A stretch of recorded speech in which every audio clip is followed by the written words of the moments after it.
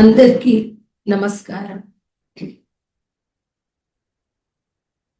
First వస్తున్నాను కాబట్టి ఒక 2 minutes నా గురించి ఇంట్రడక్షన్ ఇద్దాము అని అనుకుంటున్నాను. 2005లో చాలా అనారోగ్య సమస్యలతో, డిప్రెషన్తో, దగ్గర సూసైడ్ చేసుకోవాలనే థాట్స్తో, సైక్రియాటిస్ట్ అపాయింట్మెంట్తో, నిద్ర లేక స్లీపింగ్ పిల్స్ వేసుకుంటే కూడా నిద్ర రాని ఒక సందర్భంలో, ఇటువంటి సిచ్యువేషన్స్లో నేను ధ్యానానికి వచ్చాను. ప్రతిరోజు 2 hours ధ్యానం చేస్తూ, బుక్స్ చదువుతూ, సజ్జన సాంగత్యం వీడియోస్ ఆడియోస్ వింటూ, ఆనాపానసతి మీద ఒక అవగాహన తెచ్చుకొని, రీసెర్చ్ ద్వారా ఇది అల్టిమేట్ అనేది తెలుసుకొని నేను ఫాలో చేస్తూ, క్లాసెస్ పెట్టిస్తూ, పిరమిడ్ కట్టి 2006లోనే మొత్తం మెడిసిన్స్ వదిలేసి, నో మెడిసిన్ నో డాక్టర్, ఆ పాయింట్ నా జీవితం మొత్తమే మార్చేసింది. తర్వాత రోజుల్లో అసలు ఆ పాయింట్ ఎందుకుంది, నో మెడిసిన్ నో డాక్టర్ అంటే, సరి అయిన జీవన విధానంలో డాక్టరు మెడిసిన్ అక్కర్లేదు అనేది అర్థం చేసుకొని, ఆ రైట్ లైఫ్ స్టైల్ని ఎప్పుడు ఫాలో చేస్తూ వస్తున్నానో, ఇప్పటి వరకు దగ్గర 20 సంవత్సరాలు నో మెడిసిన్ నో డాక్టర్ తోటే నేను కంటిన్యూ అవుతున్నాను. ఎమర్జెన్సీకి ఒక 1 day 2 days, అది కూడా లిమిటెడ్ టాబ్లెట్స్ అలా వెళ్ళానే తప్పితే, మొత్తం 98% no medicine no doctor. And ఇంట్లో ఫుల్ డే వర్క్షాప్స్ పెట్టడం, 3 day వర్క్షాప్స్, మౌన ధ్యానము, భగవద్గీత చెప్పడము, మిగతా మాస్టర్స్ ద్వారా అంటే వాళ్ళని కూడా ఎంకరేజ్ చేయడము, మీరు కూడా టీచ్ చేయండి, మీరు టీచ్ చేస్తే మేము కూర్చొని వింటామని చెప్పి ఫుల్ డే క్లాసెస్ చెప్పడం, ఇలా స్టెప్ బై స్టెప్ నన్ను నేను ఒక మాస్టర్గా చెక్కుకున్నాను, తయారు చేసుకున్నాను. అటువంటి అవకాశం ఇచ్చి, మార్గాన్ని చూపించి, మనందరినీ దైవాలుగా గుర్తించి, దైవాలుగా మనల్ని మనం గుర్తించుకునేటట్లు చేసిన బ్రహ్మర్షి పత్రిజీ గారికి నా శతకోటి ప్రణామాలు తెలియజేసుకుంటూ, మా కుటుంబం ధ్యాన కుటుంబం. మనం ఈరోజు భజగోవిందం టాపిక్ తెలుసుకుంటాం.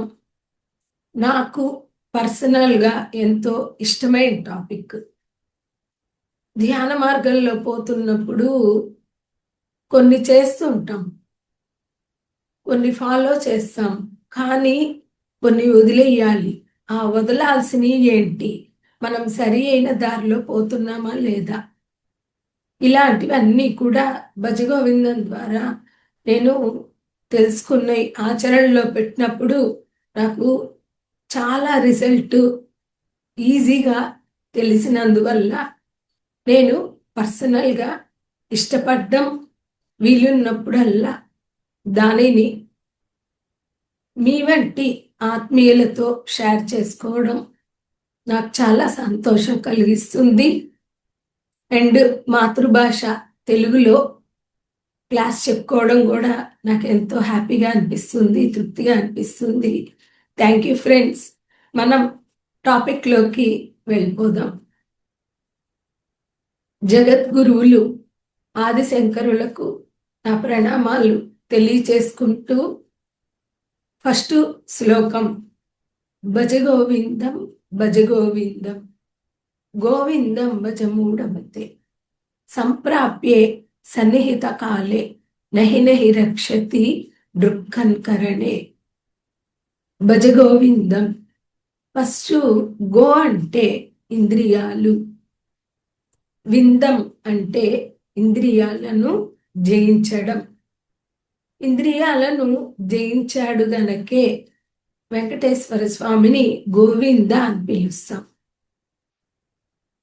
ఒకరికి పేర్లు ఉంటే ఆ పేరు వెనక ఒక అర్థం ఉంటుంది. వాళ్ళు ఏమి అటైన్ చేశారు, ఏమి పొందారో అది ఉంటుంది. అలాగే ఆ ఇంద్రియాలేంటి అంటే మన యొక్క జ్ఞానేంద్రియాలు, పంచ జ్ఞానేంద్రియాలు, కళ్ళు, ముక్కు, నాలుక, చెవి, మన చర్మం, ఇవన్నీ కూడా జ్ఞానేంద్రియాలు. ఎప్పుడైతే ఈ ఇంద్రియాలు ప్రపంచానికి సంబంధించిన విషయాలను కళ్ళ ద్వారా, చెవుల ద్వారా అన్ని మనసుకి తీసుకెళ్తూ ఉంటాయి. మనము ఎప్పుడైతే ఆ ఇంద్రియాల ద్వారా ప్రపంచ జ్ఞానాన్ని గమనిస్తూ ఉంటామో వాటి వెనక వెళ్ళిపోతూ ఉంటాం తెలియకుండా. అందుకే మలయాళ స్వామి వారు ఒక మాట చెప్తారు, కన్ను వెళ్ళిన చోటికి మనసు వెళ్ళకూడదు, మనసు వెళ్ళిన చోటికి మనిషి వెళ్ళకూడదు అని చెప్తారు. అంటే ఎప్పుడైతే ఆ కన్ను వెళ్ళిన చోటికి మనసు వెళ్తుందో ఆ మనసులో కోరికలు పుట్టి ఆ వాటి వెంట మనిషి కూడా పరిగెడతాడు అని చెప్పి చెప్తారనమాట. కాబట్టి మనము ఎప్పుడైతే కన్ను వెళితే కూడా మనసు వెళ్ళకుండా, మనిషి వెళ్ళకుండా ఉండగలుగుతాడో, విని కూడా వాటి వెంబడ పరిగెత్తకుండా ఉంటాడో, అప్పుడు ఆటోమేటిక్గా మనకి ఆ ఇంద్రియాల మీద కంట్రోల్ వచ్చింది అని అర్థం అనమాట. దీనిని దమము అని చెప్తారు పతంజలి మహర్షి. అలాగే నెక్స్ట్ స్టేజీలో ఏం చెయ్యాలి అది కూడా మనం తెలుసుకోవాలి. ఈ ఇంద్రియాల్లో మనల్ని మోసం చేసే ఇంద్రియాలు, మోసం చెయ్యని ఇంద్రియాలు, రెండు రకాలు ఉంటాయి. మోసం చేసే ఇంద్రియాలు ఏంటి? కళ్ళు మోసం చేస్తుంది. ఎలాగంటే చూడకూడనివి చూస్తూ కూడా కళ్ళు ముయ్యము, చూస్తానే ఉంటాము. అలాగే వినకూడని వింటూ కూడా మనం చెవులు మూసుకోము, వింటూనే ఉంటాము. మాట్లాడకూడని మాట్లాడుతూ ఉన్నా కూడా అది కంటిన్యూ చేస్తాం తప్పితే మాట్లాడకుండా ఉండము, నోరు ముయ్యము. అలాగే అక్కర్లేని స్పర్శల్ని ఎంకరేజ్ చేస్తాము. కానీ పత్రిజీ చెప్పారు, ఇంద్రియాలు అన్నీ మోసం చేస్తాయి కానీ ముక్కు మోసం చేయదు అని చెప్తారు సారు. ఎప్పుడైతే మనము నడుస్తూ వెళ్తున్నాం, ఒక దగ్గర వాసన వచ్చింది, వెంటనే ముక్కు మూసేస్తాం. ఇవి ఎప్పుడు మిగతావి ముయ్యం, కానీ ముక్కు మూస్తాం. అంటే ముక్కు మోసం చేయదు. కనుక శ్వాస మీద ధ్యాస. ఎప్పుడైతే శ్వాసని పట్టుకుంటామో అది మనల్ని మోసం చేయకుండా ఎక్కడికి చేర్చాలో అక్కడికి తప్పకుండా చేరుస్తుంది మనల్ని. కనుక ఫస్ట్ దమము అంటే ఇంద్రియ నిగ్రహం వస్తుందన్నమాట. నెక్స్ట్ స్టేజీలో ఏం చెయ్యాలి? దమంతో ఆగకూడదు. శమము. శమము అంటే అంతరేంద్రియ నిగ్రహం. అంటే మనసు కూడా నిగ్రహానికి వచ్చేటట్టుగా మనము ప్రయత్నం చెయ్యాలి. ఈ ఇంద్రియాలని మనం కంట్రోల్లోకి తెచ్చుకుంటే ఇది బహిరేంద్రియ నిగ్రహం. అదే మనసుని కంట్రోల్లోకి తెచ్చుకుంటే అంతరేంద్రియ నిగ్రహం. దమము, శమము అంటే మొత్తం మన కంట్రోల్లోకి వచ్చేస్తుంది మన జీవితం. అందుకనే భజ గోవిందం భజ గోవిందం, గోవిందం భజ మూఢమతే. మూఢమతే అని తిడుతున్నాడు ఆయన. నువ్వు కంట్రోల్లోకి తెచ్చుకో. ఆయనకి తిట్టే హక్కు ఉంది, ఎందుకంటే జగద్గురువు. మనమందరం ఆయనకి పిల్లలు గనక తిట్టైనా సరే వాళ్ళకి మంచి చెప్పాలని చూస్తున్నారు. సంప్రాప్యే సన్నిహిత కాలే అంటే చనిపోయే కాలం దగ్గరకు వచ్చే లోపే ఈ ఇంద్రియాలను జయించు. నహి నహి రక్షతి దృక్కన్ కరణే, లేకపోతే మనల్ని రక్షించే వాళ్ళు ఎవరు లేరు అని చెప్పి ఫస్ట్ శ్లోకంలోనే మనకి క్లియర్గా చెప్తున్నారు. అలాగే మనం కృష్ణుణ్ణి ఏం చెప్తాం? గోపాలుడు అంటే ఇంద్రియాలను పరిపాలన చేసేవాడు. అలాగే గోవర్ధనగిరి అంటే ఇంద్రియాలను వర్ధన చేసేవాడు.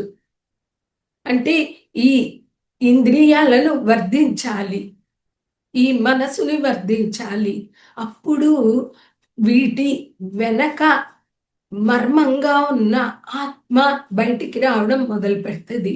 ఎట్లయితే పాలల్లో నెయ్యి ఉంటుంది కానీ చూడలేము, ఎప్పుడు దాన్ని పెరుగు పెట్టి మజ్జిగ చేసి వెన్న చేసి కరగబెడితేనే నెయ్యి వస్తుంది, కానీ డైరెక్ట్గా పాలల్లో నెయ్యి కనపడదు. అలాగే ఈ ఇంద్రియాలను వర్ధనం చేస్తే ఆ వెనకున్నటువంటి ఆత్మ బయట రావడం మొదలు పెడుతుంది. కనుక గోవర్ధనగిరి అనే పదం ఎందుకు వచ్చిందంటే ఆ విధంగా ఆయన గోపాలుడయ్యాడు, గోవిందుడయ్యాడు. కనుక ఆయనే మనకి రోల్ మోడల్. నెక్స్ట్ పద్యం చూస్తే కనుక బాల్యావస్థే క్రీడాసక్తః, యవనవస్థే తరుణీసక్తః, వృద్ధాప్యాం చింతాసక్తః, పరసే బ్రహ్మణి కోపీన సక్తః. అంటే చిన్న వయసులో ఆడుకుంటానే ఉంటాం, ఆ తల్లి పిలుస్తా ఉంటది, ఇంకా ఆటలాడింది చాలు, వచ్చి భోంచేయి, వచ్చి నిద్రపో అంటే కూడా అల్లుపొచ్చి పడిపోయేదాకా ఆ పిల్లలు ఆడుతూనే ఉంటారు. బాల్యావస్థే క్రీడాసక్తః, ఆటల మీద ఆసక్తి. యవనవస్థే తరుణీసక్తః అంటే ఒక టీనేజ్కి వచ్చాక ఏం చేస్తాం? ఆడవాళ్ళకి మగవాళ్ళ మీద అట్రాక్షను, మగవాళ్ళకి ఆడవాళ్ళ మీద అట్రాక్షను. ఇలాగే జీవితం ఒక 25-30 ఏళ్ళు గడిచిపోద్ది. యవనవస్థే తరుణీసక్తః, వృద్ధాప్యం చింతాసక్తః. సరి కొంత ఏజ్ అయిపోయింది, ఒక 60 వస్తున్నాయి, ఏం చేస్తున్నాం? చింతనలు. పిల్లలకి పెళ్లి కాలేదు, వాళ్ళకి సీట్లు రాలేదు, వీళ్ళు ఇల్లు కట్టుకోలేదు, వాళ్ళు డెవలప్ అవ్వలేదు, ఆ రోగాలు ఈ రోగాలు, అలా చింతలతోటి గడిపేస్తాం. వృద్ధాప్యం చింతాసక్తః, పరసే బ్రహ్మణి కోపీన సక్తః. ఆ పరబ్రహ్మ స్వరూపాన్ని, ఆ బ్రహ్మ స్వరూపాన్ని, ఆ దైవ స్వరూపాన్ని ఏ ఏజ్లో కూడా మనము అనుకోవట్లేదు. చిన్నప్పుడు అనుకోవట్లేదు, టీనేజ్లో యవ్వనంలో అనుకోవట్లేదు, ముసలి వాళ్ళమే అయిపోయా కూడా ఆ విషయం గురించి పట్టించుకోవట్లేదు. పరసే బ్రహ్మణి ఓపీన సక్తః, ఎవరూ చేయట్లేదని చెప్పి చెప్తున్నారనమాట. కనుక ఆధ్యాత్మికత అంటే ఆరోగ్యంతో స్టార్ట్ చేస్తే కూడా ఆత్మ సాక్షాత్కారం కోసమే మనము కంటిన్యూ చేయాలి, ముక్తి కోసమే ప్రయత్నించాలి. ఇంకొక శ్లోకంలో ఏం చెప్తున్నారో చూస్తాము. కస్వం కోహం కుతాయాతః, కామే జననీ కోమే తాతః, ఇతి పరిభావయ సర్వమసారం, విశ్వం త్యక్త్వా స్వప్న విచారం. అంటే ఎవరు తాత, ఎవరు అమ్మ అని ఆయన స్ట్రైట్గా అడుగుతున్నారు. మన భార్య, భర్త, పిల్లలు, తల్లి, తండ్రి, ఇన్ని రిలేషన్షిప్స్ చెప్తున్నాం కదా, అసలు ఎవరు తాత, ఎవరి తల్లి అంటే ఇక్కడ మనము ఒక డ్రామా చేయడానికి వస్తున్నాం. ఇది ఒక స్టేజ్, ఇక్కడ ఒక రోల్ తీసుకొని వస్తున్నాం. ఒక చిరంజీవి ఉన్నాడు, ఒక రోల్ తీసుకుంటాడు. రీసెంట్ మూవీ, ఒక ఒక నయనతార ఉంది, ఒక హీరోయిన్ రోల్ తీసుకుంటుంది, ఒక మూవీ చేస్తారు, వాళ్ళకు ఒక పిల్లలు, ఒక ఫ్యామిలీ, ఒక కథ బ్యాక్గ్రౌండ్. అలాగే మనం ఏం చేస్తాం, పైన ఒక రోల్ తీసుకుంటాం, ఇక్కడికి వస్తాం, అది పర్ఫామ్ చేస్తాం. కానీ పర్ఫామ్ చేస్తూ చేస్తూ నేను భార్యని, నేను భర్తని అని మునిగిపోతాం, నేను కూతుర్ని, నేను కొడుకుని, నేను తల్లిని అని మునిగిపోతాం. అక్కడ మునగాల్సిన అవసరం లేదు. మరి రోల్ ఎలాగా? రోల్ రోల్ లాగే చేయాలి. మరి చిరంజీవి పర్ఫామ్ చేస్తాడు, ఆ కాసేపు చేస్తాడు ఆ సినిమా కోసం. ఆ తర్వాత ఆ పాత్ర పేరుతో ఉండడు కదా, ఇంటికి వెళ్ళిపోతాడు, ఆయన జీవితం ఆయన జీవిస్తాడు. అలాగే ఈ ఆత్మ ఒక రోల్ తీసుకుంది, ఒక పేరు పెట్టుకుంది, ఆ రోల్ పర్ఫామ్ చేస్తుంది. నేను ఆ రోల్ చేస్తున్నాను అనే ఎరుకతోనే బాగా పర్ఫామ్ చేయాలి. మళ్ళా పర్ఫార్మెన్స్ తగ్గకూడదు, ఎక్కడ చక్కగా చేయాలి, కానీ మునిగిపోకూడదు. కస్త్వం కోహం కుతాయాత కామే జనని కోమే తాత ఇది పరిభావయ సర్వమసారం. ఇంతే ఎసెన్స్. విశ్వం త్యక్త్వా స్వప్న విచారం. ఈ విశ్వమంతా కూడా కళ లాంటిది అని చెప్తాడు. స్వప్నం అంటే కాసేపు ఉంటుంది, కళ ఎంతసేపు ఉంటుంది? మొత్తం జీవితం అంతా ఉండదు, కాసేపు ఉంటుంది. ఆ కాసేపు 4 నాళ్ళ జీవితం నాటకం, నానాటి బతుకు నాటకం. అది ఆ నాటకాన్ని చక్కగా వెయ్యాలి. ఇక్కడ ఒక చిన్న ఉదాహరణ తెలుసుకుందాం. ఒక అతను నిద్రపోయాడంట. నిద్రలో ఆయనకి ఒక మేడ, భార్య, పిల్లలు చక్కగా ఎంజాయ్ చేస్తున్నాడు కలలో. కాసేపటికి మెలకు వచ్చేసింది.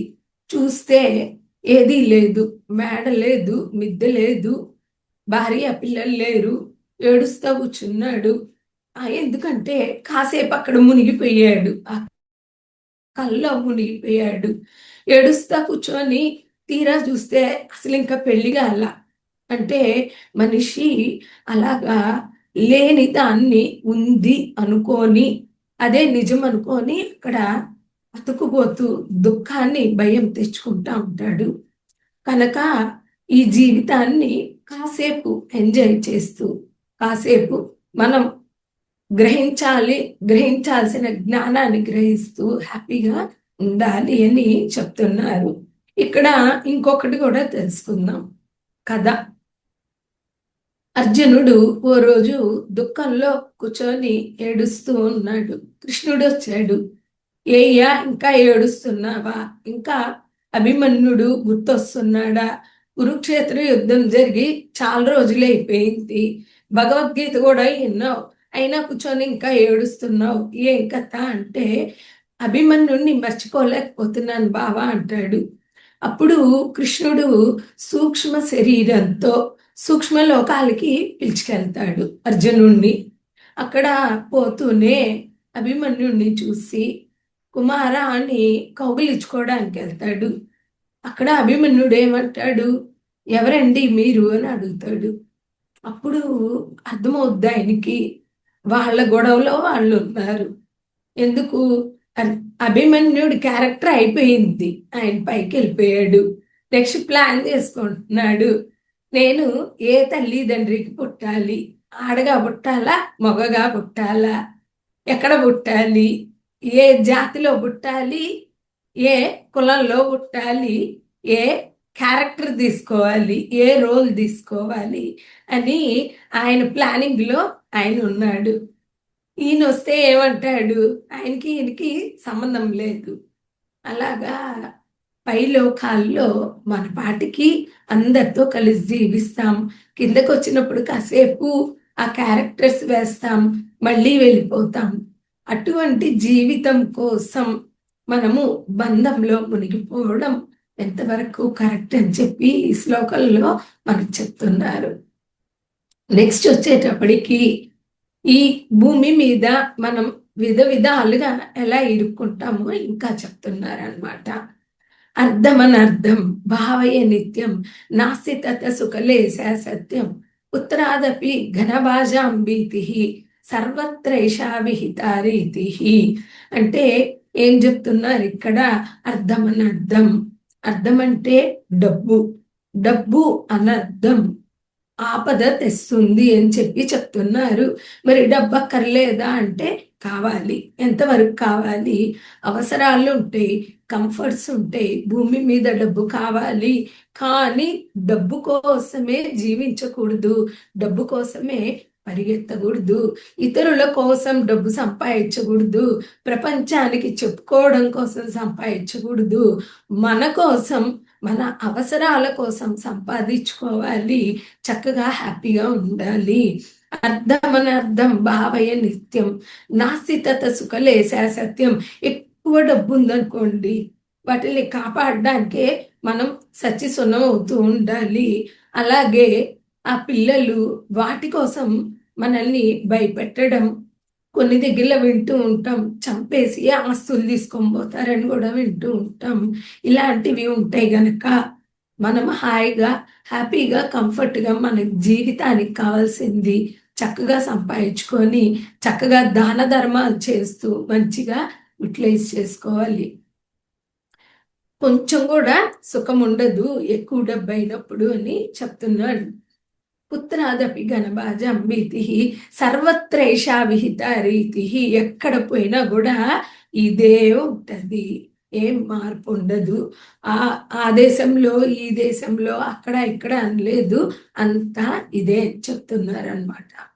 నెక్స్ట్ చూస్తే ఇంకా ఎక్కడెక్కడ ఇరుక్కుంటుంటాం అంటే మాకురు ధన జన యవ్వన గర్వం హరతి నిమేషత్ కాలా సర్వం మాయామయమిదం అఖిలం హిత్వా బ్రహ్మపదంతం ప్రవిశ విదిత్వా. అంటే మనం 3 విషయాల్లో ఇరుక్కుంటాం చెప్తున్నారు. ధన జన యవ్వనం అంటే నాకు ధన బలం ఉంది, జనబలం ఉంది, యవ్వనం ఉంది అని మనం విర్రవీగుతూ ఉంటాం. హరతి నిమేషత్ కాల సర్వం, కాలం నిమిషాల్లో అన్నిటినీ తీసుకెళ్ళిపోతుంది అని చెప్పి మనకు గుర్తు చేస్తున్నారు. యవ్వనం ఎంతసేపు ఉంటుంది? కళ్ళు మూసి కళ్ళు తెరిచే లోపలే వెళ్ళిపోద్ది. ధనం ఎంతసేపు ఉంటుంది? ఉండొచ్చు, పోవచ్చు. అలాగే జనం ఎంతసేపు ఉంటారు? అన్ని బాగున్నప్పుడు ఉంటారు. జనాలు కొంచెం హెల్త్ బాగాలేదు, కొంచెం ఏజ్ అయిపోయింది, కొంచెం ధనం లేదు అంటే మన వెనక చూస్తే ఎవ్వరూ ఉండరు. వస్తారు, హాయ్ అంటారు, మొహమాటానికి పలకరిస్తారు, వెళ్ళిపోతూ ఉంటారు. కనుక మాపురు ధన జన యవ్వన గర్వం హరతి నిమేషత్ కాలా సర్వం మాయామయమిదం అఖిలం హిత్వా. అంతా ఈ భూమి అంతా మాయతో కూడుకుని ఉంటది. అన్నీ ఉన్నట్టుంటాయి, పోతూ ఉంటాయి. జనం ఉండరు, ధనం ఉండదు, యవ్వనం ఉండదు, అంతా టెంపరరీ. బ్రహ్మపదంతం ప్రవిశ విదిత్వ. ఆ బ్రహ్మపదం ఏదైతే ఉందో అదొక్కటే శాశ్వతమైంది అని చెప్పి ఈ శ్లోకంలో చక్కగా చెప్తారు. మనకి పరమపదం తెలుసు, మనందరికీ ఆడుతుంటాం పాము నిచ్చెన, స్నేక్ అండ్ ల్యాడరు. అక్కడ ఏం జరుగుద్దో చూడండి. నిచ్చెనలు ఎక్కుతా ఉంటాం, పాము మింగితే పడిపోతా ఉంటాం కిందకి. ఎక్కడి వరకు? 99లో కూడా ఒక పెద్ద పాము ఉంటుంది. ఒక్కసారి అది మింగితే వచ్చి రెండో గడిలో కూర్చుంటాం. అంటే అక్కడ వరకు మనకి ఆపద తప్పదు. ఆ ఆపదలే ఇప్పుడు మనం చెప్పుకునే టాపిక్స్ అన్నమాట. అంటే వీటిలో ఇరుక్కుపోయి పాములో పడి కిందకు వస్తూ ఉంటాం. ఎప్పుడైతే ఆ పైన ఇంకా కూడా ఆట ఉంటుంది. మీరు గమనిస్తే గనక 100 పైన కూడా దేవతలు ఉంటారు. ఒక్కొక్కటి వేసుకొని నిదానంగా పోతూ ఉంటాం. అదే ఆధ్యాత్మికత. మనం ఎక్కడ ఉండాలి? ఆ పై గడిలో ఉండాలి. అంటే దేవతలు మానవుడిలా కాక దైవంలా జీవించాలి. ఈ జ్ఞానం అంతా తెలుసుకున్నప్పుడు, వీటిలో ఇరుక్కోనప్పుడు ఈ బంధాల్లో మనం మునగనప్పుడు ఆ పైన ఏదైతే ఉందో గేమ్, అక్కడ గేమ్ ఉంటది, కానీ పాములు నిచ్చెనలు ఉండవన్నమాట. అక్కడ జీవించగలగాలి. అది మనకి ఒక్కొక్క శ్లోకంలో చెప్తూ వస్తున్నారు. నెక్స్ట్ వచ్చేటప్పటికి మూఢ జహీహి ధనాగమ తృష్ణం కురు సద్బుద్ధిని మనసి వితృష్ణం ఎలవసే నిజ కర్మోపాత్తం వితముతేన వినోదయ చిత్తం. అంటే ధనం కావాలి కావాలి సంపాదించాలి అనే తృష్ణ, అంటే మితిమీరిన కోరికలో కాకుండా పురుషద్బుద్ధిని మనసి వితృష్ణం, సరి అయిన బుద్ధితో తృష్ణం లేకుండా వితృష్ణం చేసుకో, అంటే విపరీత కోరిక లేకుండా బ్యాలెన్స్ గా ఉంచుకో అని చెప్పి చెప్తున్నారు. ఎల్లబసే నిజ కర్మోపాతం, నిజ కర్మోపాతం అన్నా కష్టపడి సంపాదించి, అంటే ఇతరులను మోసం చేయకుండా, ఇతరుల డబ్బుని ఆశించకుండా, అలాగే సరి అయిన వ్యాపారం, అంటే ఏ బ్రాందీ షాపో ఏ నాన్ వెజ్ షాపో ఇటువంటివి కాకుండా చక్కగా మనకి సొసైటీకి ఉపయోగపడే వ్యాపార వృత్తి ధర్మాలు చేసుకుంటూ నిజ కర్మోపాతం విత్తముతేన వినోదయ చిత్తం, అలా సంపాదించిన కష్టపడి సంపాదించిన డబ్బుతో మంచిగా ఎంజాయ్ చేయి. వినోదం ఆయన ఏం చెప్తున్నాడు? వినోదం వద్దు అని చెప్పట్లా, ఎంజాయ్ చేయొద్దు అని చెప్పట్లా, కష్టపడి సంపాదించుకొని చక్కగా ఎంజాయ్ చేయి, లైఫ్ని సెలబ్రేషన్తో ఉండు అని చెప్తున్నారు. కాకపోతే సరి అయిన జీవన విధానం చెప్తున్నారు అనమాట. నెక్స్ట్ వచ్చేటప్పటికి కాతే కాంత ధనగత చింత వాతులకింత వనాస్తిని ఎంత త్రిజగతి సజ్జన సంగతి రేఖ భవతి భవార్ణవ తరుణే నౌక. అంటే ఇందాక చెప్పుకున్నట్టు ఆడవాళ్ళ వెంబడిపోవడం, ధనం కోసం పరిగెత్తడం, అవన్నీ మనం అట్లా పక్కకు పెట్టి ఉండాలి అని చెప్తూ, మరి ఏం చెయ్యాలి అంటే త్రిజగతి సజ్జన సంగతి రేఖ, అంటే మూడు లోకాల మాస్టర్స్తో సజ్జన సాంగత్యం చెయ్యాలి అని చెప్పి మనకి చెప్తున్నారు. మరి ఆ మూడు లోకాల మాస్టర్స్ ఎవరు అంటే భూలోకం, ఇక్కడ భూమి మీద ఉండే గురువులతో మాస్టర్స్తో సజ్జన సాంగత్యం చేయాలి. అలాగే కారణలోకాల మాస్టర్స్తో, మహాకారణలోకాల మాస్టర్స్తో సజ్జన సాంగత్యం చేయాలి. ఆస్ట్రల్ మాస్టర్స్తో కాదు, అంటే ఆస్ట్రల్స్ సూక్ష్మ లోకాల మాస్టర్స్తో కాకుండా కారణలోకాలు, మహాకారణ లోకాల్లో మాత్రమే మహానుభావులు ఉంటారు. ఒక బుద్ధుడు సూక్ష్మలోకంలో ఉండడు, ఆదిశంకరుడు సూక్ష్మలోకంలో ఉండడు, ఒక శివుడు సూక్ష్మలోకంలో ఉండడు, మహాకారణ లోకాల్లో ఉంటారు. అక్కడ మాస్టర్స్ తోటి సజ్జన సాంగత్యం చేసినప్పుడు ఆ మహాకారణ లోకాల జ్ఞానాన్ని మనకు పంచుతారు. కనుక త్రిజగతి సజ్జన సంగతి రేఖ, మూడు లోకాల మాస్టర్స్తో సజ్జన సాంగత్యం చేస్తే భవతి భవార్ణవ తరుణేనౌక, ఈ భవసాగరాన్ని మనము ఆ జ్ఞానం అనే పడవతో ఈజీగా దాటి మునక్కుండా అవతలి ఒడ్డుకి చేరుకోవచ్చు అని చెప్పారు. మనకు గుర్తుంది, పోయిన సంవత్సరం ప్లవనామ సంవత్సరం. ప్లవ అంటే పడవ, అంటే జ్ఞానం అనే పడవలో మనం దాటిపోవాలి అని చెప్పి ఈజీగా దాటిపోవచ్చని చెప్తున్నారు. నెక్స్ట్ వచ్చేటప్పటికి ఆధ్యాత్మికత. ఏది ఆధ్యాత్మికత అనుకుంటున్నాము, ఏది నిజమైన ఆధ్యాత్మికత అని చెప్పి ఇక్కడ మనకి క్లియర్గా చెప్తున్నారు ఈ శ్లోకంలో. కురుతే గంగా సాగర గమనం వ్రత పరిపాలన మధువాధానం జ్ఞాన విహీన సర్వమతేన ముక్తిం నభజతి జన్మశతేన. అంటే గంగా సాగరాలు కలిసే చోట మునిగిన, తీర్థయాత్రలు చేసిన, దానాలు వ్రతాలు నోములు చేసిన మనకి ముక్తి రాదు, జ్ఞానం రాదు అని చెప్పి క్లియర్గా చెప్తున్నారు. కపిల మహాముని ఏం చెప్తారు? జ్ఞానాన్ముక్తి, ముక్తి ఎవరికి వస్తుంది? జ్ఞానం ఉన్న వారికే ముక్తి వస్తుంది. మునిగితే రాదు, దానం చేస్తే రాదు, వ్రతాలు నోములు చేస్తే రాదు అని చెప్పి ఆయన క్లియర్ కట్గా దీనిలో చెప్తున్నారు. ఇంకా కురుతే సాగర గంగా గమనం వ్రత పరిపాలన మధువాదానం జ్ఞాన విహీన సర్వమతేన అంటే అన్ని మతాల్లో జ్ఞానం లేని వాళ్ళే ఉన్నారు. ముక్తిం భజతి జన్మశక్తేన, వందల జన్మలు ఎత్తితే కూడా జ్ఞానం లేకపోతే ముక్తి రాదు అని చెప్పేసి ఈ శ్లోకంలో మనం ఏం చెయ్యాలి అని చెప్తున్నారు. ఇంకా దీని గురించి ఒక కథ కూడా తెలుసుకుంటాం. పాండవులు జయించాక, రాజ్యాన్ని జయించాక తీర్థయాత్రలకు అని చెప్పేసి బయలుదేరుతూ కృష్ణుడి దగ్గరికి వస్తారు. వచ్చినప్పుడు కృష్ణుడు ఒక దోసకాయ ఇచ్చి, మీరు వెళ్ళిన దగ్గరల్లా ఆ దోసకాయని కూడా నీళ్ళల్లో ముంచి తీసుకురాండి అని చెప్తాడు. వీళ్ళు వెళ్ళిన దగ్గరల్లా దోసకాయలు ముంచి వీళ్ళు మునుగుతారు కదా, అది కూడా ముంచి తీసుకొస్తారు. తీర్థయాత్రలు అయిపోయినాయి. అది తెచ్చి కృష్ణుడి చేతిలో పెడితే ఆయన ఆ దోసకాయతో కూర వండించి వాళ్ళకి పెడితే అది తింటారు. తిన్నాక అది చేదుగా ఉంటుంది. కోపం వస్తుంది వీళ్ళకి.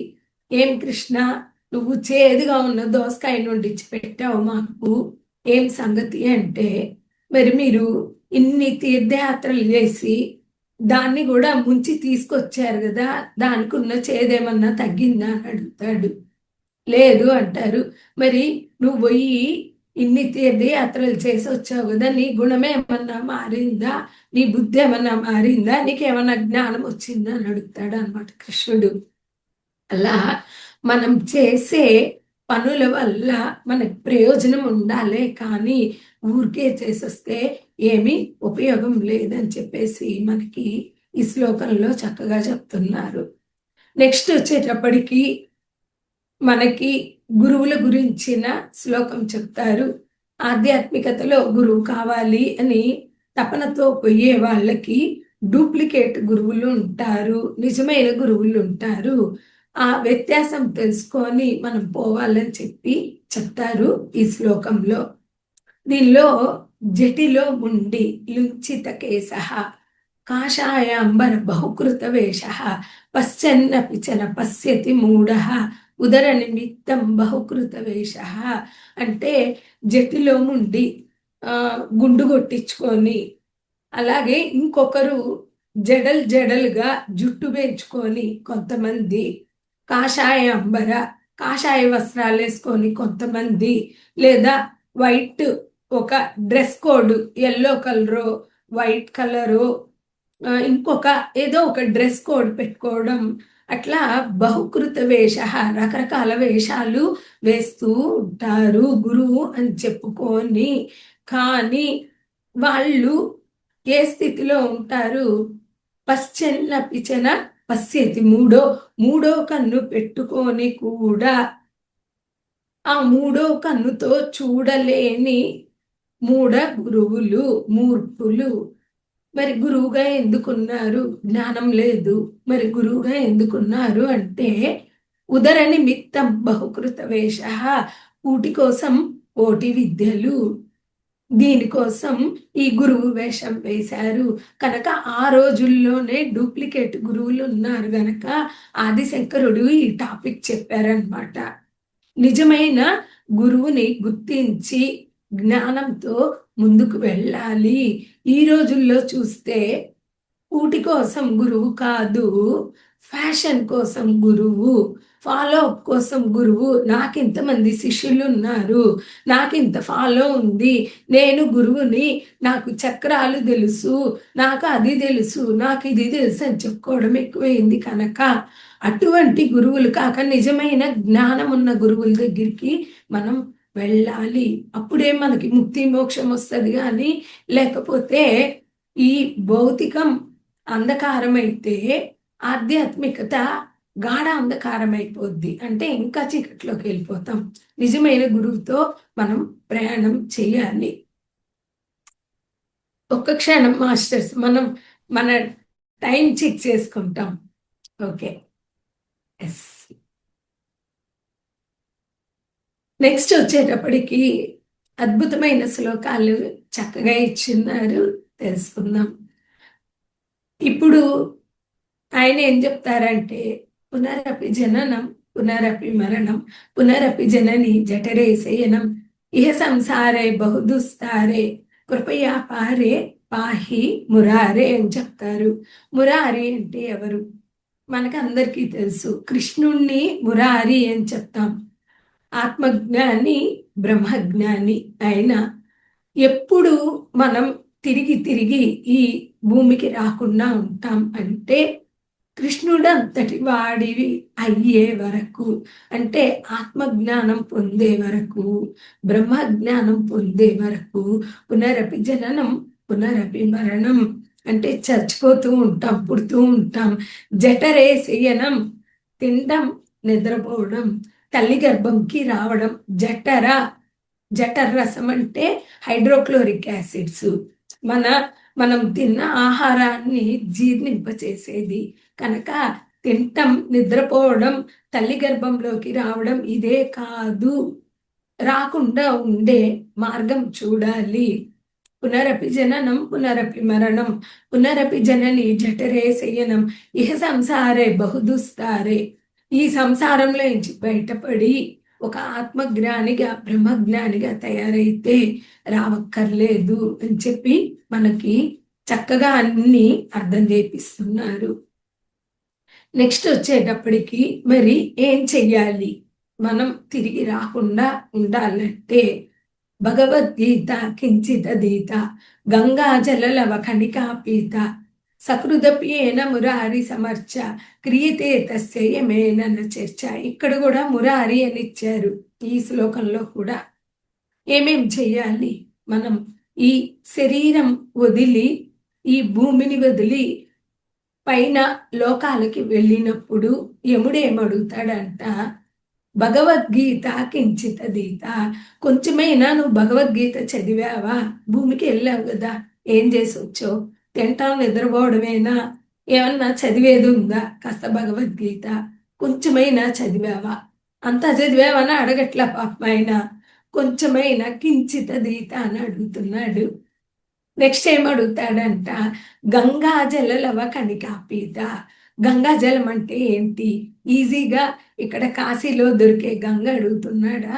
కాదు. ధ్యానంలో కేచరి ముద్రలో ఆ కాస్మిక్ ఎనర్జీ, విశ్వమయ ప్రాణశక్తి మన సెలైవ లాలాజలంతో కలిసి ఆ ఒక బొట్టు మింగావా అని అడుగుతున్నాడంట. అంటే స్వయంగా సాధన చేసిన, సంపాదించుకున్న గంగాజలాన్ని మింగావా అని అడుగుతాడంట. గంగాజలలవ కణికాపీత సకృదప్యేన మురారి సమర్చ. కొంచెమన్నా మురారి కృష్ణుడిలాగా ఆత్మజ్ఞానాన్ని సంపాదించుకొచ్చావా లేదా? గమ్మున పోయి నిద్రపోయి వచ్చావా అని అడుగుతాడంట. ఇవన్నీ చేస్తే యమే నా నా చర్చ, ఇవన్నీ చేస్తే యముడు కూర్చోబెట్టి చర్చ చేయడు, మీటింగ్ పెట్టాడు. లేకపోతే కూర్చొని పెట్టి మనల్ని మీటింగ్లో కూర్చోబెడతాడు అని చెప్పి చెప్తున్నారు. నెక్స్ట్ వచ్చేటప్పటికి మరి మనం ఆచరించాల్సిన విధానం ఏంటి, ముక్తి ఎలా వస్తుంది అని చెప్పి ఇంకొక శ్లోకంలో చెప్తున్నారు. సత్సంగత్వే నిస్సంగత్వం, నిస్సంగత్వే నిర్మోహత్వం, నిర్మోహత్వే నిశ్చల చిత్తం, నిశ్చల చిత్తే జీవన్ముక్తి. అంటే జీవించి ఉండగానే ముక్తి ఎలా లభిస్తుంది? ముక్తి అంటే ఊరికే వచ్చేస్తుందా? ఏం చేయాలి దానికి? ఆ పదం తెలుసు, కానీ అది సాధించడానికి ఏం చేయాలో మనకి తెలియదు గనక ఈ శ్లోకంలో చెప్తున్నారు. సత్సంగత్వే, సత్యంతో సాంగత్యం కూడి ఉండాలి. సత్యం అంటే ఏంటి? సత్యమైన నిత్యమైన ఆత్మే సత్యం. దానితో సాంగత్యం చేయాలి అంటే ధ్యానం చేస్తే మన ఆత్మతో మనము కూడి ఉంటాము. సత్సంగత్వే నిస్సంగత్వం.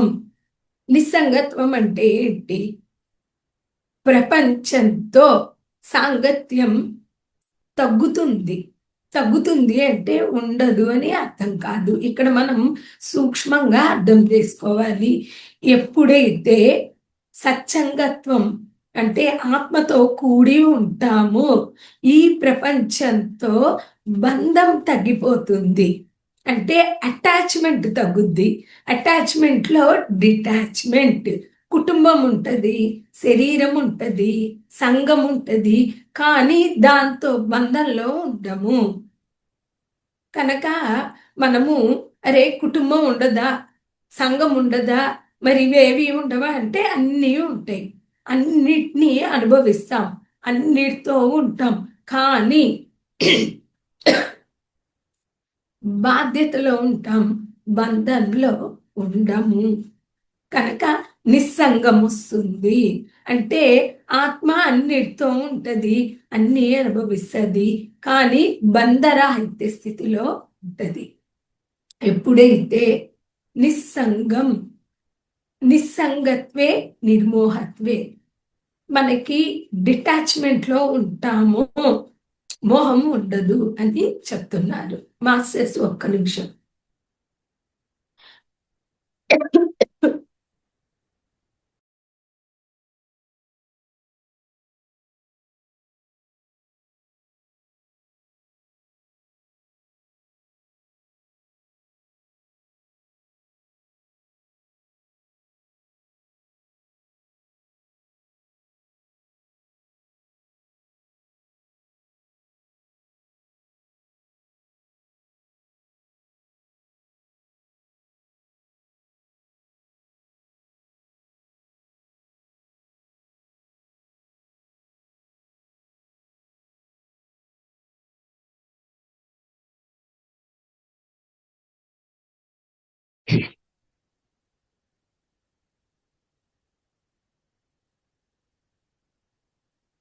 Okay friends, నిర్మోహత్వం. నిర్మోహత్వం అంటే అసలు మోహం అంటే ఏంటి ఇది తెలుసుకుందాం. ఇది లేకపోతే నేను జీవించలేను అనే మోహం తగ్గిపోద్ది. ఏదున్నా ఎలా ఉన్నా హాయిగా జీవిస్తాం. ఆ ఇన్సెక్యూర్ లేకుండా పోతుంది, అభద్రతా భావం తగ్గిపోతుంది. అది నిర్మోహం. నిస్సంగత్వే నిర్మోహత్వే. మోహానికి ఉదాహరణ ఎవరు అని చూస్తే గనక ధృతరాష్ట్రుడు. దుర్యోధనుడు ఏది చెప్పినా సరే అంటాడు. మరి ఆయన చెప్పిన దానికి ప్రతి దానికి సరే అని చెప్పడం వల్ల కౌరవులే పతనమైపోయారు, కురువంశమే పోయిందనమాట. కనుక మోహం తగ్గిపోతుంది. నిర్మోహత్వే నిశ్చల చిత్తే. ఎప్పుడు మోహం లేదో చిత్తము ప్రశాంతంగా ఉంటుంది. చిత్తం నిశ్చలంగా ఉంటుంది, కదలకుండా ఉంటుంది, దేనికి రియాక్ట్ అవ్వకుండా ఉంటుంది, చక్కగా శాంతిగా సంతోషంగా ఉంటుంది. త్యాగరాయ ఏం చెప్తారు? శాంతము లేక సౌఖ్యము లేదు. శాంతి లేకపోతే సంతోషం ఎక్కడి నుంచి వస్తుంది? కనుక సంతోషం కోసం కాకుండా శాంతి కోసమే మనము ప్రయత్నం చేయాలి. ఎప్పుడైతే నిశ్చల చిత్తే జీవన్ ముక్తి, నిశ్చల చిత్తం వస్తుందో జీవించి ఉండగానే ముక్తిని పొందుతాము అని చెప్పి ఈ శ్లోకంలో ఆ ప్రాసెస్ అంతా మనకి కరెక్ట్ గా చెప్పారనమాట. నెక్స్ట్ వచ్చేటప్పటికి ఇంకొక అద్భుతమైన శ్లోకం చెప్పారు. యోగరతోవా భోగరతోవా సంగరతోవా సంగ విహీన ఎస్ బ్రహ్మణి రమతే చిత్తం నందతి నందతి నందతేవం అని చెప్పారు. యోగరతోవా భోగరతోవా. నువ్వు యోగిగా ఉండు, యోగంలో ఉండు, లేతే భోగంలో ఉండు, అదేం పెద్ద విషయం కాదు. నువ్వు ఎలా ఉన్నావు అనేది క్వశ్చన్ కాదు. సంగరతోవా సంఘ విహీన. సంఘంలో ఉన్నావా, సంఘానికి దూరంగా ఉన్నావా, అడవిలో ఉన్నావా, ఇంట్లో ఉన్నావా, హిమాలయాల్లో ఉన్నావా, ఆఫీసులో ఉన్నావా, అదేం పెద్ద విషయం కాదు. దేనిలో ఉన్నా కూడా ఎస్ బ్రహ్మణి రమతే చిత్తం. మన చిత్తంలో నేను బ్రహ్మస్వరూపాన్ని, నేను ఆత్మస్వరూపాన్ని, నేను దేవుడిని అని అనుకోగలిగితే సంతోషం సంతోషం సంతోషం. నందతి నందతి నందత్యేవం. అంటే ఒక శ్రీకృష్ణుల్లా జీవించాలి, లోపల బుద్ధత్వం ఉండాలి, బయట ప్రపంచంలో బంధరాహిత్యంతో పండగలా ఉండాలి. మరి కృష్ణుడి జీవితం ఎలా ఉంటది? ఆల్వేస్ సెలబ్రేషన్తో ఉంటది. రాక్షసుల్ని సంహరిస్తా ఉంటాడు, ఒకవైపు రాజ్య పరిపాలన చేస్తాడు, 8 మంది భార్యలు ఉంటారు, అటువైపు ఫ్లూట్ పిల్లల గ్రోవి వాయిస్తూ ఉంటాడు, ఇంకోవైపు గోపికలతో డాన్స్ చేస్తూ ఉంటాడు. కానీ ఆయన ఎక్కడ కూడా దేంతో అతుక్కొని ఉండడు. కనుక కృష్ణుల్లా జీవించాలి. ఈ శ్లోకంలో చక్కగా ఆయన గురించి చెప్పినట్టుగా అనిపిస్తుంటది. ఆయన్ని ఏం చెప్తారు? కృష్ణుణ్ణి పద్మపత్ర మివాంబస, అంటే తామర ఆకు మీద నీటి బిందువులా జీవిస్తాడు. ఆకు మీద నీటి బొట్టు ఉంటది, తిరుగుతూ ఉంటది, చూస్తే గమనిస్తే తిరుగుతూ ఉంటది, ఎక్కడా అతుక్కోదు. అలా మనం జీవించాలి. అన్నిటితో ఉండాలి, అన్నీ ఉండాలి, కానీ దేంతో అతుక్కోకూడదు. ఇక్కడ ఒక కథ చెప్పుకుంటే మనకు క్లియర్గా అర్థమవుతుంది. కృష్ణుడి 8 మంది భార్యలు రోజు యమునా నది దాటి యజ్ఞవల్క మహర్షికి భోజనం పెట్టి వస్తూ ఉంటారు. ఒకరోజు వెళ్దామని చూస్తే యమునా నదిలో నీళ్ళు ఎక్కువగా ఉన్నాయి, పొంగుతూ ఉంది. కృష్ణుడి దగ్గరికి వెళ్ళి అడుగుతారు, ఎలా దాటాలి అంటే, నిత్య బ్రహ్మచారి కృష్ణుడు దారి ఇవ్వమన్నాడు అని అడగండి, ఇస్తుంది అంటాడు. 8 మంది భార్యలు ఉన్నవాడు నిత్య బ్రహ్మచారి ఎలా అవుతాడు? అప్పుడు వీళ్ళకి డౌట్ వస్తుంది, మరి సమయం లేదు, మళ్ళీ వచ్చాక అడుగుదాం అని వెళ్తారు. యమున దగ్గరికి వెళ్ళి నిత్య బ్రహ్మచారి కృష్ణుడు దారివ్వమన్నాడు అనగానే ఆ యమున దారిచ్చింది. వీళ్ళు దాటి వెళ్ళిపోయారు. యజ్ఞవల్క మహర్షికి భోజనం పెట్టారు. తిరిగి వచ్చేటప్పుడు మళ్ళీ యమున పొంగుతూ ఉంటది కదా, ఎట్లా వెళ్ళాలి స్వామి అని అడిగితే, నిత్యోపవాసి యజ్ఞవల్క మహర్షి దారివ్వమన్నాడు అని అడగండి, ఇస్తుంది అంటాడు ఆయన. నిత్య ఉపవాస ఎట్లా అవుతాడు? ఇప్పుడే కదా భోజనం పెట్టాము ఆయనకి. అక్కడ కూడా వాళ్ళకి డౌట్ క్లియర్ అవ్వలేదు. సరే, ఆయన్ని అడిగే ధైర్యం లేదు. తిరిగి వచ్చారు, యమునని అడిగారు, దారిచ్చింది, ఇంటికి వచ్చేసారు.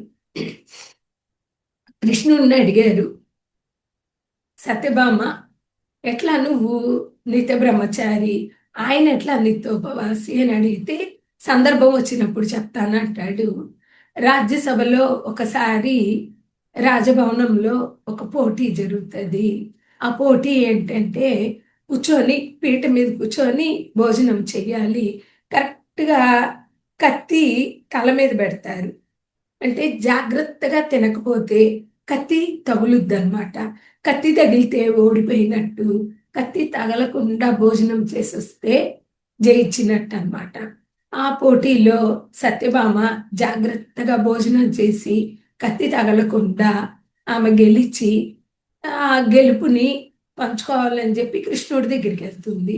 వెళ్ళినప్పుడు ఆయన అడుగుతాడు, నువ్వేం భోజనం చేశావు అని అడుగుతాడు. ఏమో నాకు తెలీదు, అక్కడే ఏం తిన్నాను నాకు గుర్తు లేదంటది. ఇప్పుడే కదా తిని గెలిచి వచ్చావు, మరి గుర్తు లేకుండా ఎట్లా పోద్ది అని అడుగుతాడు. ఆమె ఏమంటదంటే, నా మనసంతా కత్తి మీద ఉంది, కత్తి తగలకూడదు అని జాగ్రత్తగా కత్తి మీద మనసు పెట్టా, ఏం తిన్నానో నాకు తెలీదు అని చెప్తుంది. అప్పుడు కృష్ణుడు చెప్తాడు, ఎలా అయితే నీ మనసు కత్తి మీద ఉందో భోజనం మీద లేదో, అలాగే నా మనసు ఎప్పుడు కూడా బ్రహ్మస్థితి మీద, నా చిత్తం ఎప్పుడు కూడా బ్రహ్మ మీద ఉంటది. ఈ ప్రపంచం మీద, ఈ ప్రపంచంలోని మిగతా వస్తువుల మీద ఉండదు. అందుకే నేను నిత్య బ్రహ్మచారిని, ఆ బ్రహ్మంలో చరిస్తూ ఉంటాను. అందుకే నేను నిత్య బ్రహ్మచారిని అని చెప్తాడు. ఓకే, మీరు నిత్య బ్రహ్మచారి అనేది అర్థమైంది. మరి ఆయన నిత్యోపవాసి ఎట్లయ్యారు? యజ్ఞవల్క మహర్షి అంటే ఆయన దేహం కోసం భోంచేస్తున్నాడు. ఇక్కడ అంతా కూడా ఖాళీయే, ఏది పెట్టుకోవట్లేదు. ఈ ఖాళీని ఉపవాసం అని చెప్పారు కనుక ఆయన నిత్యోపవాసి అని చెప్పి క్లారిటీ ఇచ్చారు. కనుక మహానుభావులు ఏదన్నా ఒక మాట చెప్తే దాని వెనక పరమార్థం అర్థం చేసుకోవాలి మనము అని చెప్పి ఈ శ్లోకంలో మనకు అర్థమవుతుంది. నెక్స్ట్ వచ్చేటప్పటికి లాస్ట్ శ్లోకం, ఏం చెయ్యాలి మనము అంటే ప్రాణాయామం, ప్రత్యాహారం, నిత్య వివేక విచారం, జాప్య సమేత సమాధి విధానం, కురువవధానం వహదవధానం. ప్రాణాయామం, ప్రత్యాహారం, సుఖమయ ప్రాణాయామం బ్రీతింగ్ ఎక్సర్సైజెస్ కాదు. సుఖంగా పోతూ వస్తూ ఉండే శ్వాసను గమనిస్తూ ఉండడమే సుఖమయ ప్రాణాయామం. పతంజలి మహర్షి ఇదే మనకి చెప్పారు. ప్రాణాయామం, ప్రత్యాహారం అంటే ఇంకొక ఆహారం. ఎప్పుడైతే ఆలోచన రహిత స్థితికి వస్తామో ఆ కాస్మిక్ ఎనర్జీ మనకి ఇంకొక ఆహారంగా లభిస్తుంది. ఎప్పుడైతే కాస్మిక్ ఎనర్జీ వస్తుందో రకరకాల అనుభవాలు వస్తాయి. ఆ అనుభవాలన్నీ కూడా ఆత్మకి ఆహారం, ప్రత్యాహారం. అలాగే నిత్య వివేక విచారం, రోజు మనం ఏం చెయ్యాలి? ఆత్మ విచారణ చెయ్యాలి వివేకంతో. వివేకం అంటే ఏమిటి?